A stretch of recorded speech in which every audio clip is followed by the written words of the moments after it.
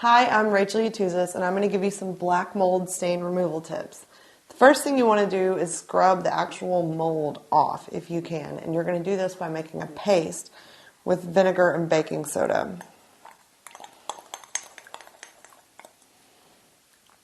It'll be kind of like soft scrub, and you just want to apply it.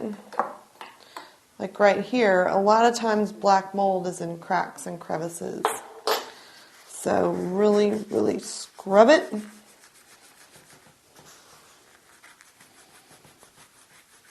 To get rid of the look of the mold. There may still be some spores in there. So you want to make sure to have some bleach handy and spray that with bleach water.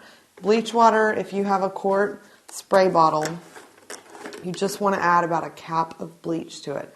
That's enough to kill the bacteria, and it's not too strong where it's going to, be harmful for you to breathe in.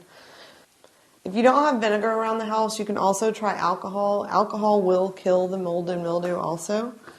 And you just want to get it on a cotton ball and apply it to the mildew or the black mold and let it sit, and then get a sponge and wipe it up.